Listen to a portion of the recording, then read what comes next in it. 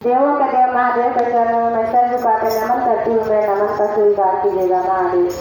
माँ गौरी भवानी के चरणों में मैं नमन करती हूँ मैं, नमन का स्वीकार कीजिएगा माँ गौरी भवानी।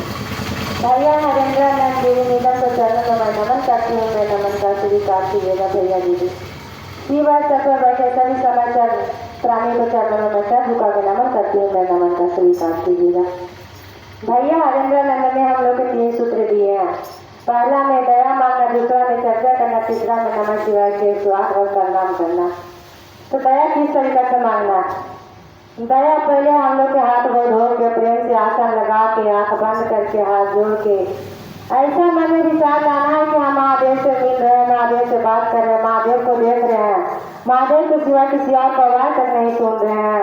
ऐसा मन में विचार ला करके महादेव से दया मांगना है कि हे महादेव, आप मेरे गुरु हैं, मैं आपके शिष्य हूँ, मुझ पर दया कीजिए महादेव, दया कीजिए। अगर आप नहीं दया कीजिएगा तो कौन दया करेगा महादेव? आप जगत को देखने वाला है, आप जगत को राजा है, आप कंटन में विराजमान है महादेव। मैं सगरों से भटक के आपको शरण में गिर पड़ा हूँ महादेव, मुझ पर दया कीजिए महादेव, दया कीजिए महादेव। भिखारी की तरह मैं भिक्षा मांग रही हूँ महादेव, आपको बालक आपको दुआरी बच्ची झुका रहा है महादेव, आप दया कीजिए महादेव। दूसरा सूत्र में हम लोगों को चर्चा चलाना है। जो भैया दीदी नहीं जाने उनको बताना है कि हे दीदी, हे भैया, शिव बहुत जगत जानी थी, शिव के दया पल पल बरसता है, शिव कंकन में विराजमान थी, शिव 21 लील में विराजमान थी, तो शिव के बहुत दया है, इसलिए शिव के नाम घोषणा करा के देखा शिव चर्चा में, शिव से जुड़ के देखा भैया दीदी। शिव अगर दया मिलतो तो नमन करिया, चर्चा करिया, दया मांगिया, अगर नहीं मिलतो तो छोड़ भी दिया दीदी, हमको जोर जबरदस्ती नहीं है, लेकिन मन से आत्मा से अपना के देखिए महादेव को, आपको दया मिलता है कि नहीं मिलता है।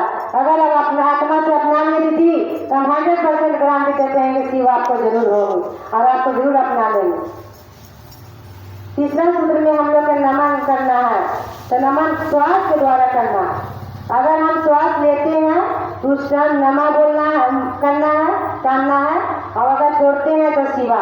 श्वास के द्वारा हम लोग को होठ नहीं टकटकाना चाहिए दीदी, आंख बंद, मुंह बंद, कान भी बंद रखना, हम शिव गुरु पर ध्यान लगा के और शिव से दया चर्चा भजन करना।